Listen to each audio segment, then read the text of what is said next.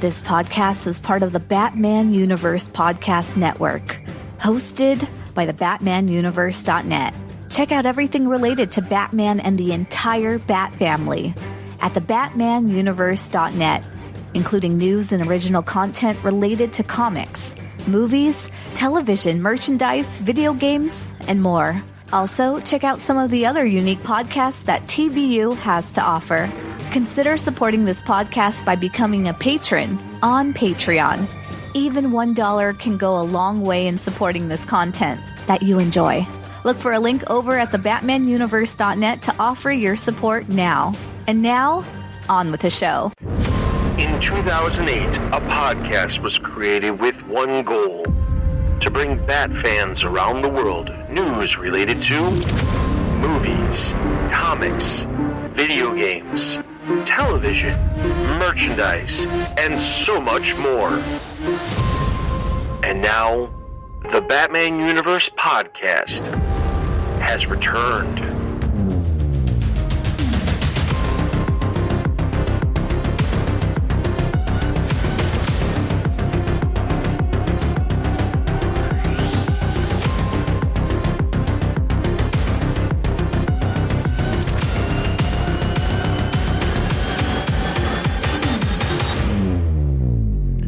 Hello everyone, welcome to the latest TBU podcast. I am Dustin, and today we have a very unique episode for you. This was going to be a news topic, or generally just a different type of podcast outside of an interview, since we've done a lot of those recently. However, there was some news that was announced this past week that times perfectly with this interview, and we wanted to get this interview posted along with the news announcement. That brings us to what we are discussing. So if you are unfamiliar with Webtoons, Webtoons is an app that has unique comic strips. Last year they released the very first DC related one with Batman Wayne Family Adventures. It had multiple chapters. They are free and they are able to be read weekly as they release. Now, this spring, it was announced that the DC offerings would be expanded, and one of them is also part of the Batman universe with Red Hood Outlaws. And this new series features the creative team of Patrick Young, who is the writer, and artist Nico, I'm sure I'm going to butcher this, Bascuñan, and they are the new creative team behind the new project that features Red Hood, Artemis, and Bizarro teaming up in unique stories and, different, something different than you would expect. So I'm going to throw it over to Scott, who's going to be interviewing the creative team behind the project. And then when we come back, I'll talk a little bit more about the new project with season 2 of Batman Wayne Family Adventures. All right. This is Scott with the Batman Universe, and today I am joined by two very special guests. With me is writer Patrick Young and artist Nico Bascuñan, the creative team behind DC's newest Webtoon series, Red Hood Outlaws. If you haven't been reading them, first off, why not? Secondly, 8 episodes are out for free as of this recording on the Webtoon app, with new episodes dropping every Monday. So to start things off, how are you guys? Patrick, how you? It's been a blast here. It's been a blast since the release. So, yeah, I'm having fun with these boys. I'm great. I'm enjoying everyone's reactions to our series, and I'm even more excited to take them on some real roller coaster shit here. So I don't know. Sorry, swearing. It's okay. No worries. So you guys have gotten a lot of reaction so far? Yeah. Oh, cool. Like, what kind, if you don't mind me asking? Like, obviously it sounds very positive, but do you have any highlights? Yeah, some great and very kind DMs, and yeah, the fans, the new fans overall, and been amazingly loving it. I don't know, but they love it so far, and I'm very excited to share the next episodes, because people are being engaged with the first 3 that after the release, it's been a wildfire on Twitter and in fact in TikTok. I don't know if you use it, but I rarely use it. I'm seeing some videos and new edits, and another community is taking over the place over TikTok. And yeah, I don't have too much time to share with TikTok because it's very demanding and very, I don't know, it's a vortex of time. So I uninstalled TikTok, but between all the social media, it's been a great response. So, I mean, clearly aren't new characters in the DC universe. So, there's a lot of fans who these mean a lot to, and it's a very personal connection a lot of people have with these. And so we've been able to hear from a lot of fans who thanked us for the personal touches we've put on these characters and for bringing them back into the spotlight a little bit. And this has been a very Nico and I have made this a very personal story for ourselves. So hearing from anybody else that it's reaching them or that they're connecting with these characters, that's all we want, That's awesome. That's awesome to hear. Yeah, TikTok, I am not. I have one, but I don't really use it. I think I'm too old to understand the framework of it. But yeah, that's great to hear. I have seen some images, shared and people commenting on it, and that makes some of the images I wish I hadn't seen. I'll be honest. I don't think I've seen anything too bad. Exactly. Mostly Bizarro. Some fan arts. Yeah. Nico's handed out a fair amount of boinks, so. The people went crazy with the hotness and they like the appearance of the trio. So yeah, they love it so far. So I'm very happy with this because, as Patrick said, that this is very personal. This is very personal. Yeah. we change a lot of the core of the characters. So this fresh take, I hope they like where we are going. That's actually leads into the first question I had. I'm going to reword it from how I had it, but for people who don't know, the series stars Red Hood, Artemis, and Bizarro, who were famously a team in Red Hood and the Outlaws before Red Hood returned to Gotham and went solo, and he's now on Task Force Z, if I last remember right, over in the core books. But this brings back that, trio, that Outlaws, unit they were before. Does this series connect to Red Hood and the Outlaws, or how much of a connection does it have, or doesn't it? Patrick? I mean, in a literal sense, there is no canonical connection here. We're working.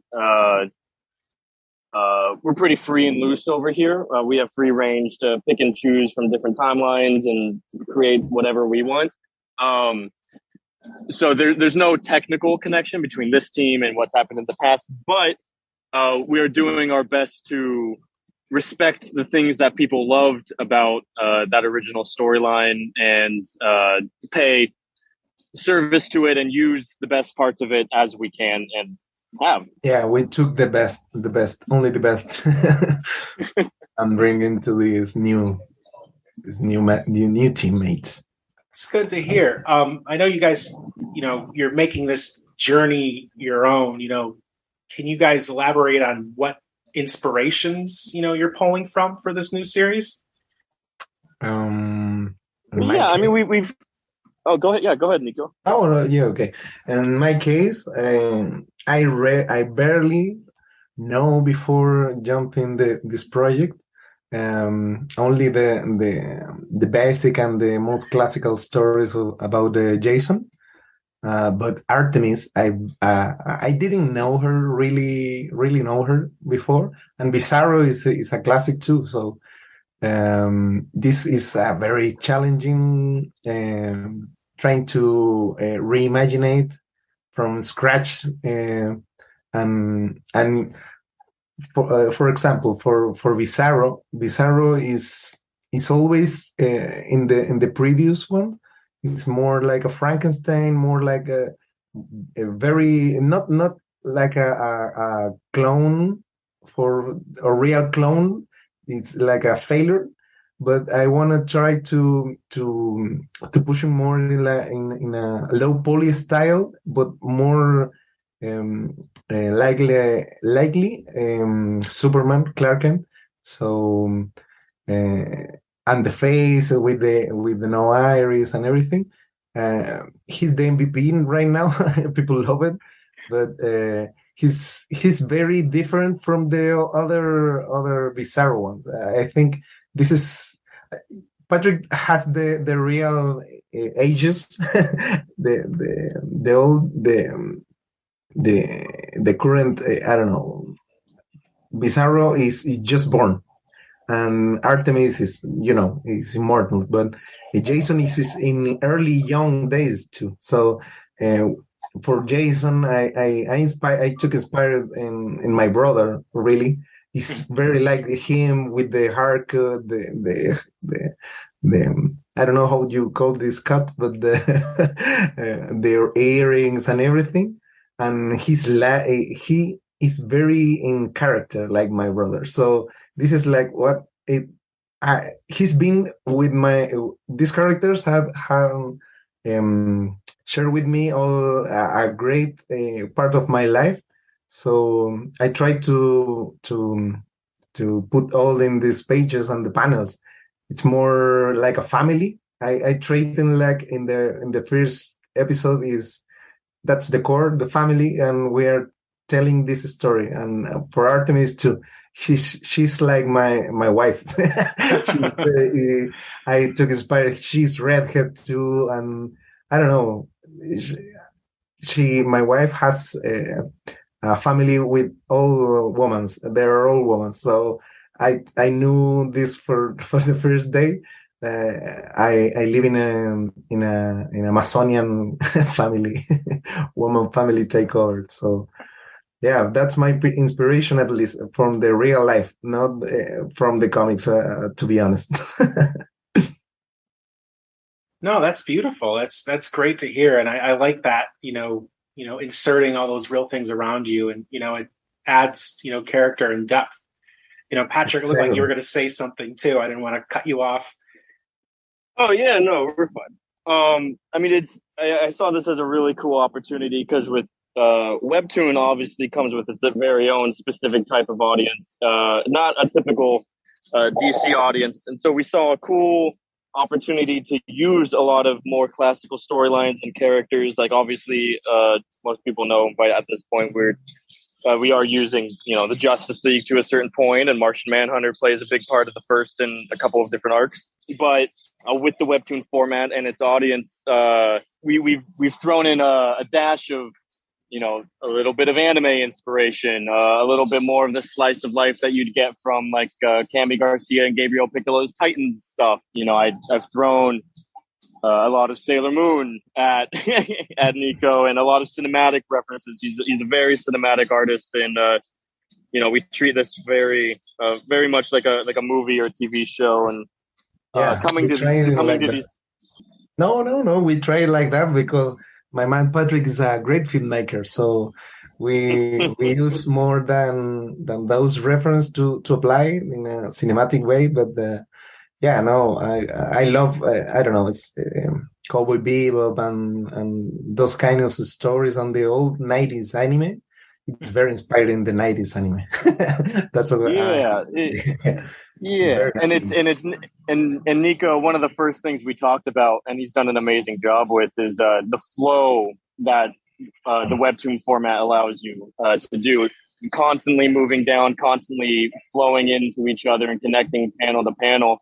One of the first things we look to is J.H. Williams III's art, especially his run on Batwoman, and specifically the arc with Wonder Woman.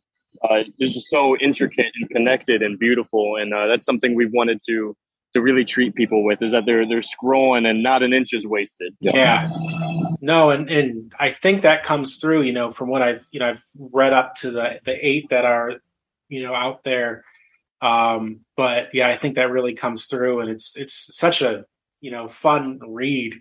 One of the questions I had about character relationships, just out of hold on, my cat's interrupting. There we go. Is something that feels like it's running behind the scenes or beneath the plot. Is Red Hood and Artemis. I know in like previous incarnations there was a point where I believe Red Hood expressed that he had feelings and they had to part ways or something. Is that something you two are working toward? I mean, yeah, in the original Outlaws run, I think there may have been 3 kisses in there. They were definitely a thing, and I am definitely a romantic.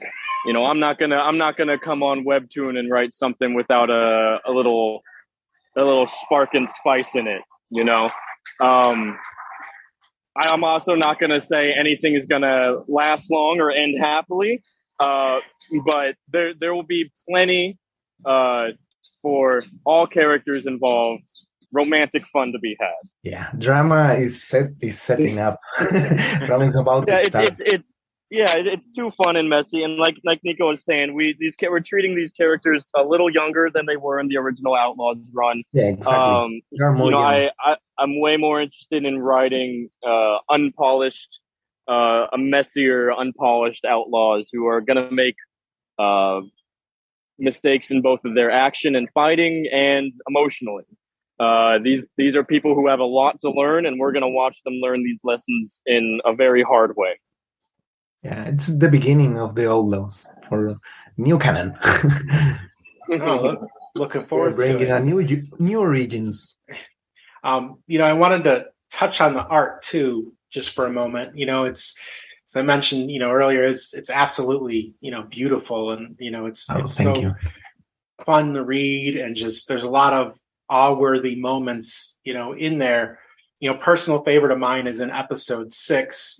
I lovingly refer to the image as the Jurassic Park removing the sunglasses shot. Just because of the scope and scale. Nico, what has been your favorite issue to draw so far? My favorite episode is the latest, Fast Past. It's the most demanding one. We took about 3 or maybe 4 weeks to complete that, because that episode is chaos. From the first panel and to the last one, episode 11.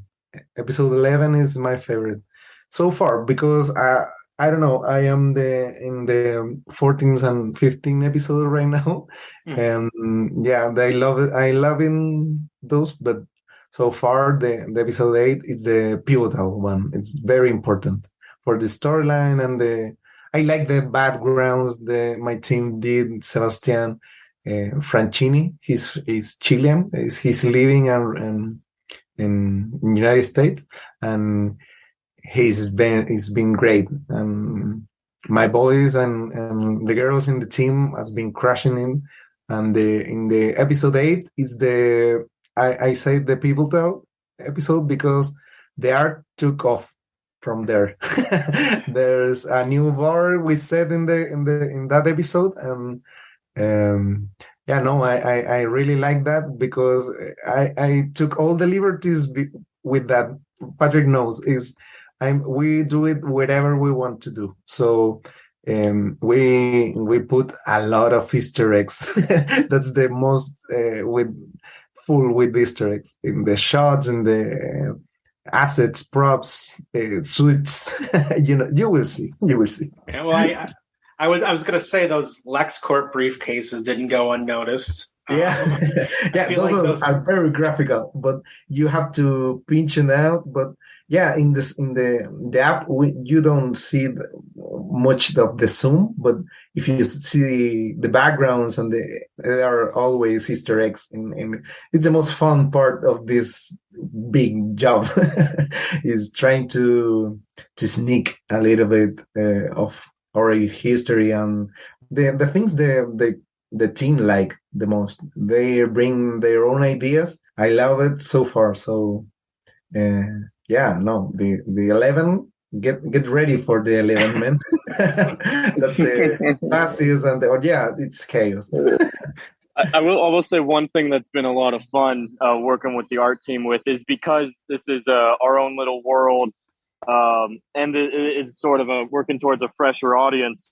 We don't treat this like The Simpsons or like a cartoon show where the characters are wearing the same outfit every single time. We get to throw them in a bunch of new different outfits every single episode if we want, which has been a lot of fun because I grew up getting all these different 90s Batman action figures, and every third one was Batman in a aquatic suit that's green and neon orange, and like I never got to see that in the animated series, and Exactly, my man. we're gonna make a series where you're gonna get 15 different Red Hoods and Artemises, and Bizarro's gonna wear a cowboy hat, and we're just having fun.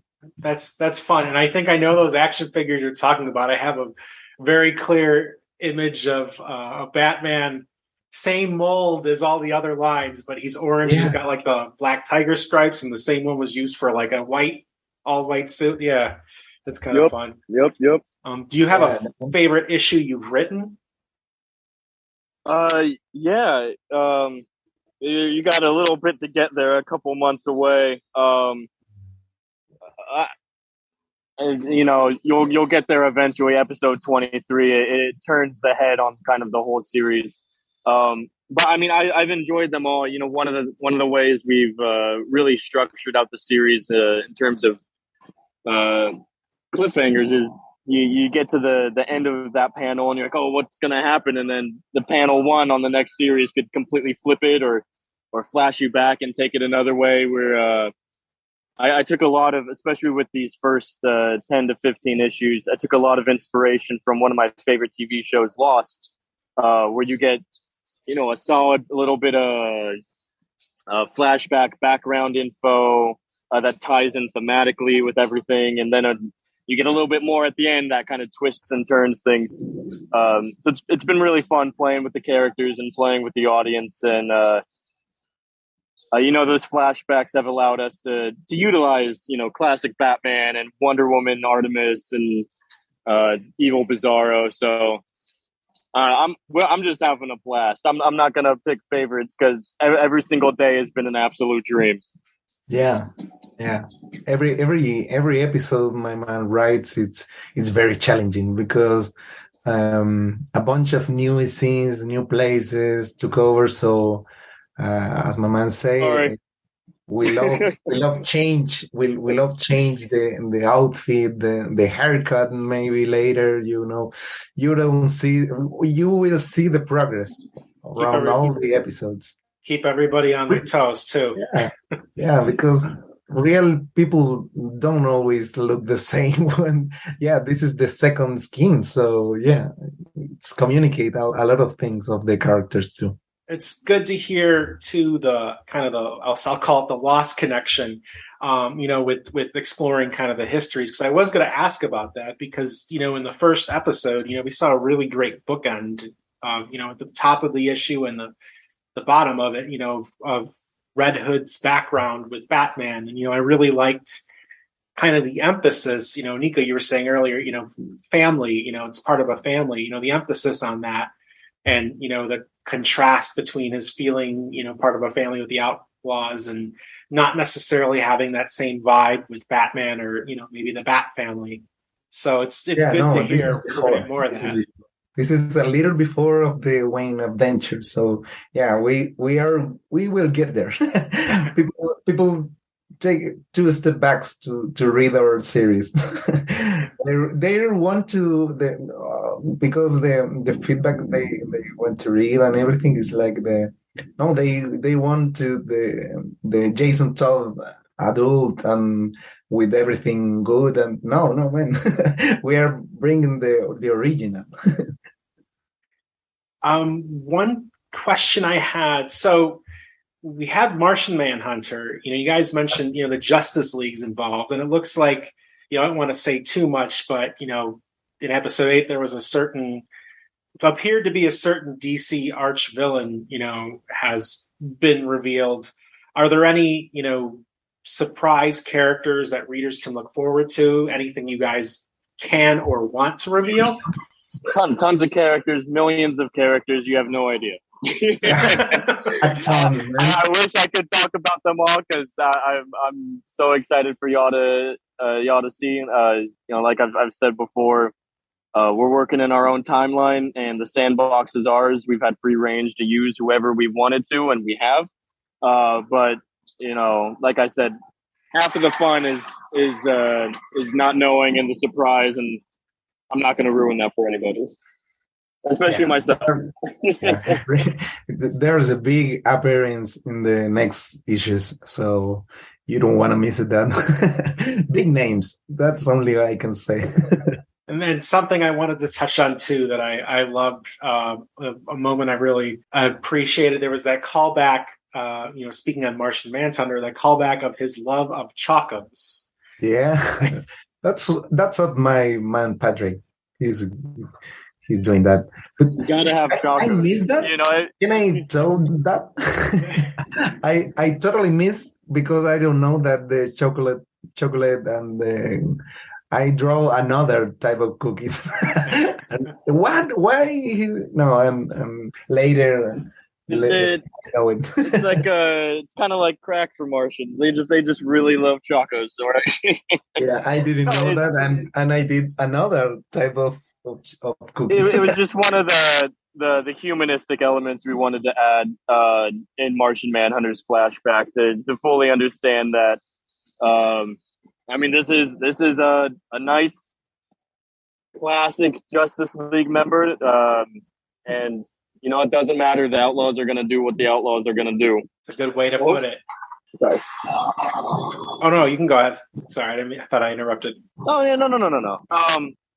All I wanted to say is, again, we are using Martian and all these other different characters, but it's all in service of what we want to do with Red Hood and the Outlaws. We have a very specific arc and story we want to tell with them, and we're not just using anybody willy-nilly. Everyone serves a purpose, and yeah, Chekhov's gun. We use everything. If we put it, we will use it. It's not randomly. I'm gonna hop over for a minute to a couple of questions that aren't Red Hood or Outlaw related.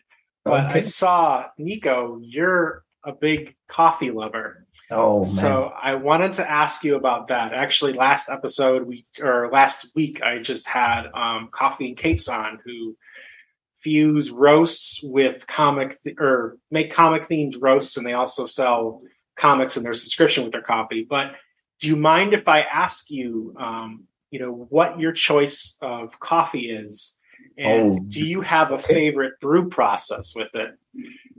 No, I use the traditional, like the Italian. I don't know how to is that the correct translation, but the you put in the stove. I love buy in grains and from coffee roasters from here in Chile that import from Ethiopia or Bolivia or Colombia, and always changing because they buy to their artisans and farmers in local farmers, and they bring it and roaster here. So I only drink not instant coffee. I don't like it.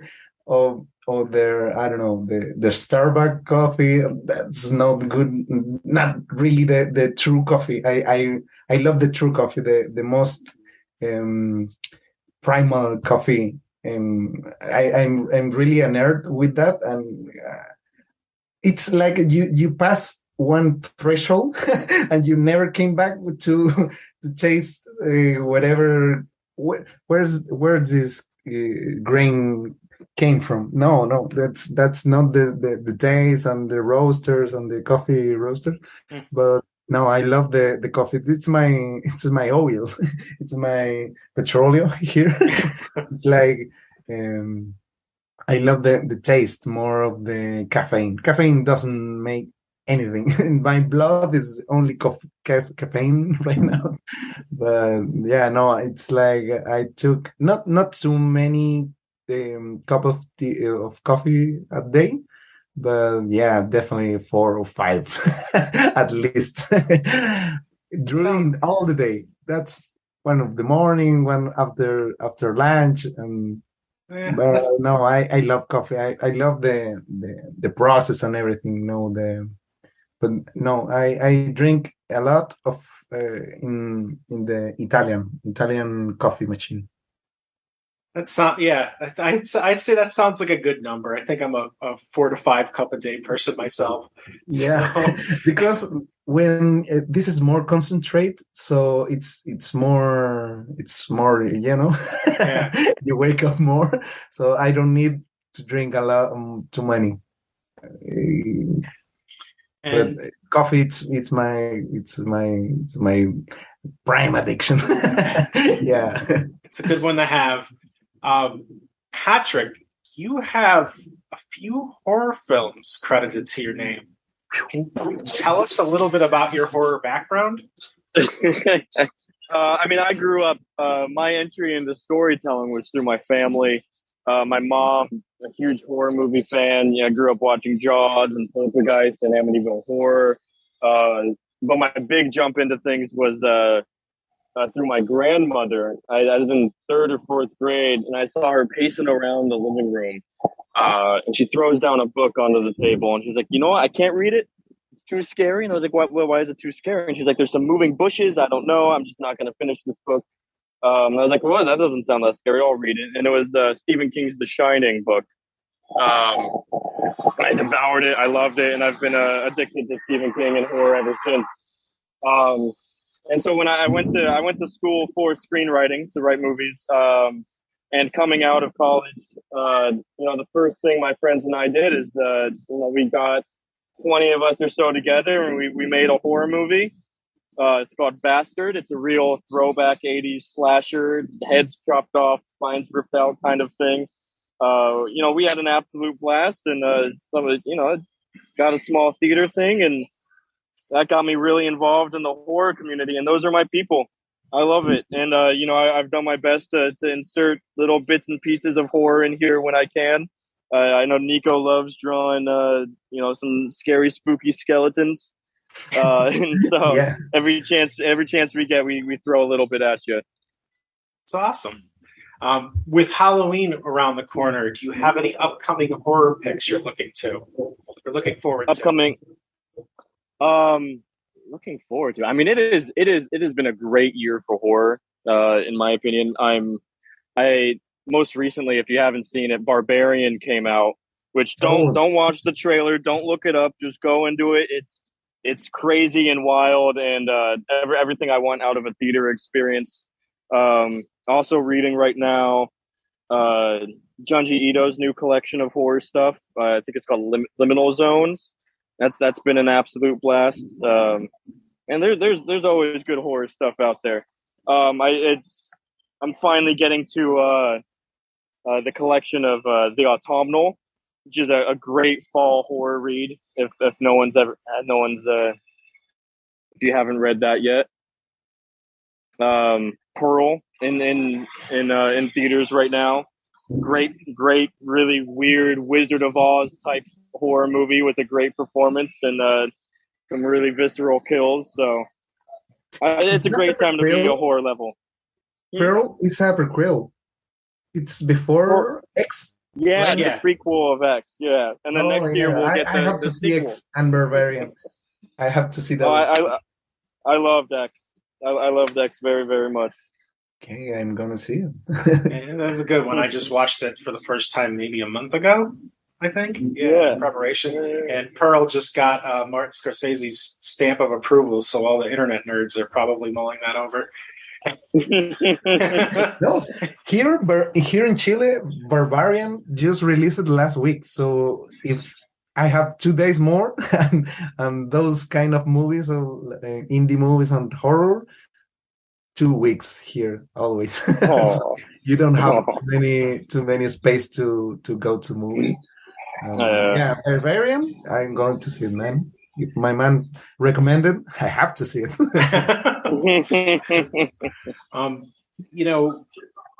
You mentioned a couple books there.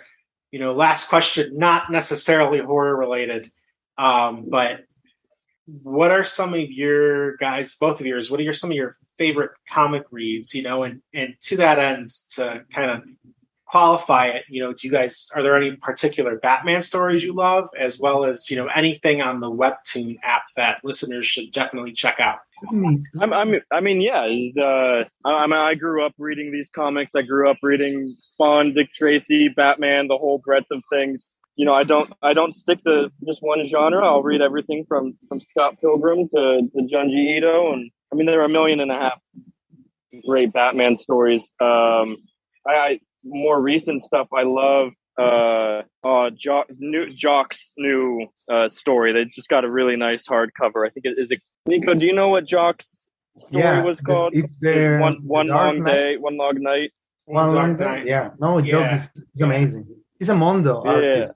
I know in Mondo, and later I know that he's has some cool books. So yeah, no, I didn't read full the. I just saw it, read it every dialogue. I don't have the time, but I just look over.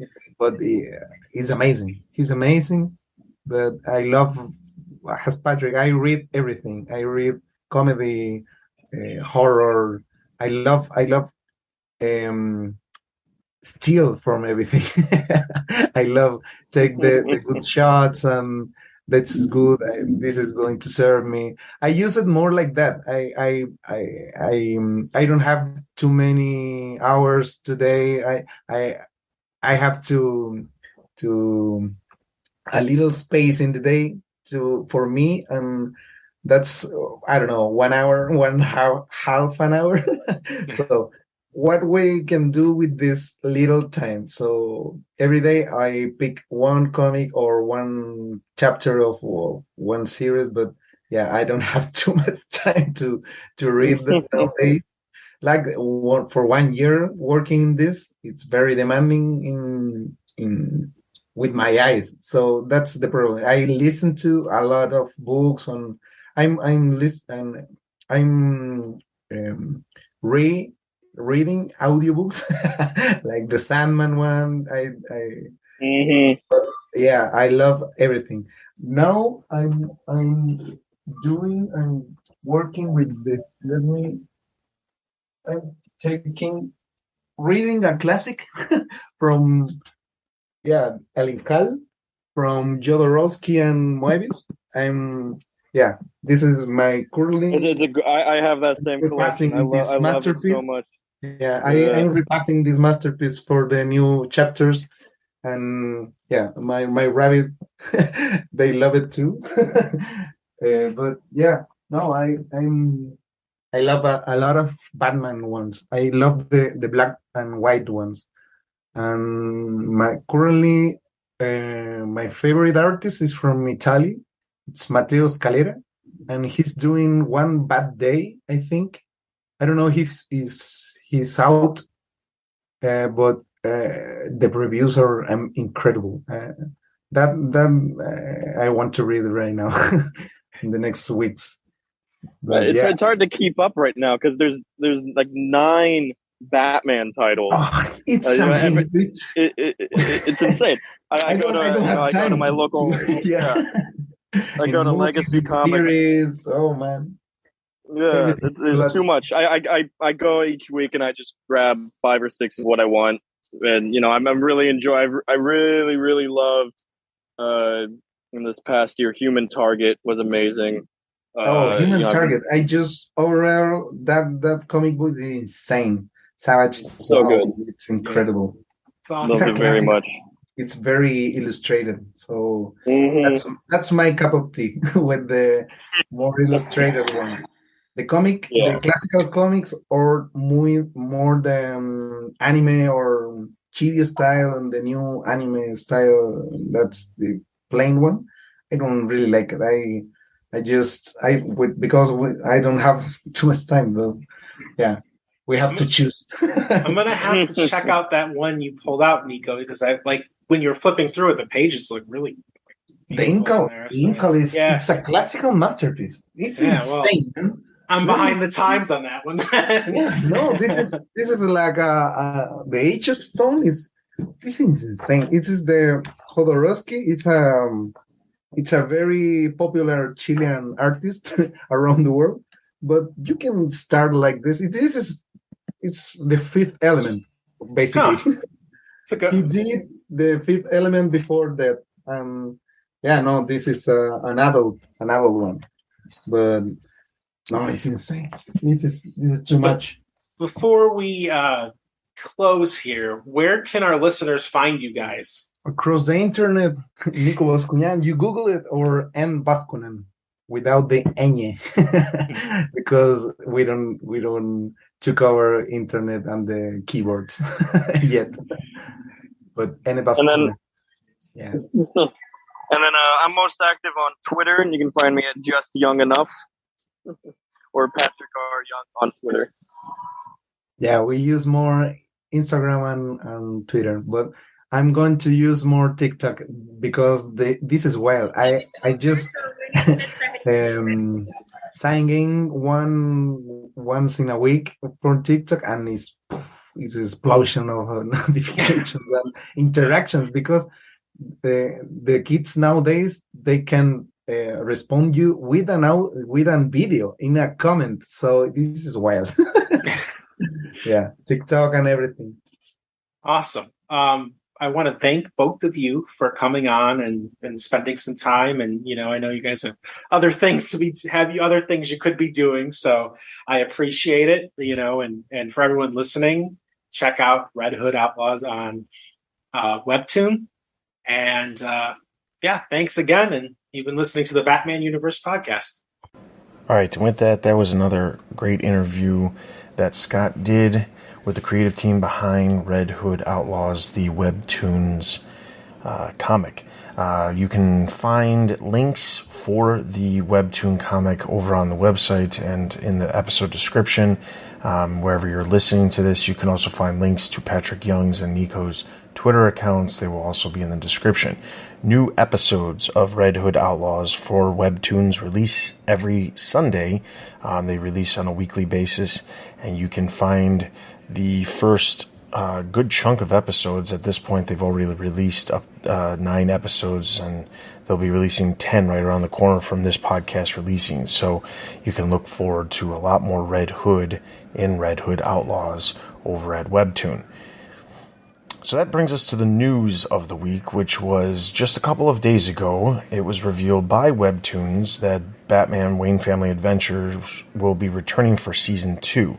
Now, while you're listening to this, the actual new episode, the new season with new episodes has actually started to begin to drop because the first episodes have released on September 28th. So you can check those out. We will have links to those as well in the episode description. And we are looking forward to talking with Webtoon and their creators behind some of these awesome projects in the future. With all that being said, that is everything for this episode.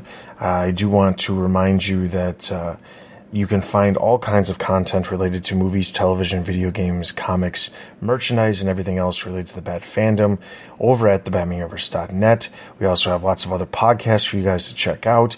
You can find us on social media. We are on Facebook, Twitter, YouTube, Discord, Instagram. You can find us all over the place. Our social links can be found at the top of the page over at thebatmanuniverse.net. If you are interested in supporting us, be sure to check our support TBU page. There's all kinds of details there on how you can support us and keep these podcasts from continuing to come out in the future. With all that being said, thank you so much to the creative team behind Red Hood Outlaws over on Webtoon, as well as Scott for taking the time to do the interview, and for everybody here at TBU. We'll see you guys next time.